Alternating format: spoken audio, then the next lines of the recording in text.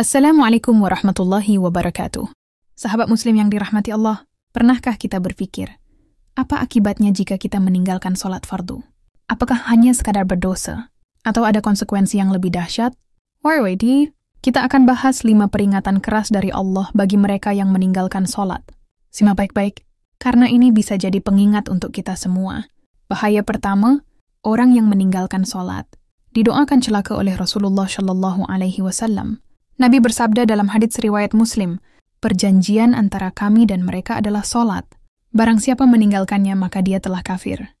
Subhanallah, ini bukan main-main, bukan sekadar berdosa, tapi sudah melewati batas iman. Kalau Rasulullah saja sudah memperingatkan dengan keras, masihkah kita berani meremehkannya? Bahaya kedua, ketika kita meninggalkan sholat, kita juga kehilangan perlindungan Allah. Ibnu Qayyim berkata, tidak ada amalan yang lebih ditinggalkan oleh manusia selain sholat.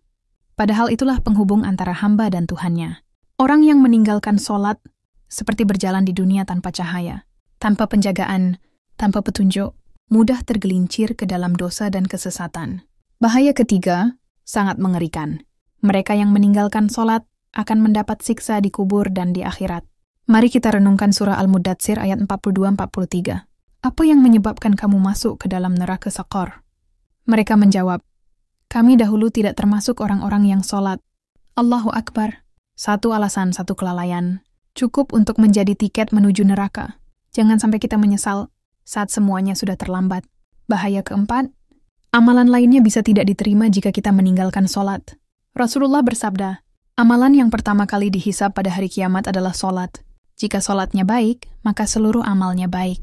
Jika rusak, maka rusak pula seluruh amalnya. H.R. Tirmidzi, bayangkan, kita bersedekah, kita berpuasa, kita membantu sesama, tapi semua itu bisa tidak diterima, karena kita meninggalkan fondasi utama, sholat.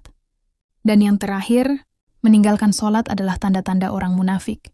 Dalam surah An-Nisa ayat 142, Allah berfirman, sesungguhnya orang-orang munafik itu menipu Allah, dan Allah akan membalas tipuan mereka. Dan apabila mereka berdiri untuk sholat, mereka berdiri dengan malas.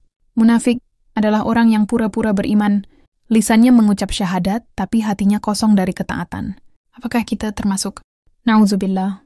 Sahabat, sholat bukan hanya kewajiban. Sholat adalah kebutuhan. Itu adalah jalan komunikasi kita dengan Allah, jalan untuk mendapatkan pertolongan dan ampunannya. Jangan tunggu esok, jangan tunggu sempat, karena kita tak tahu kapan ajal menjemput.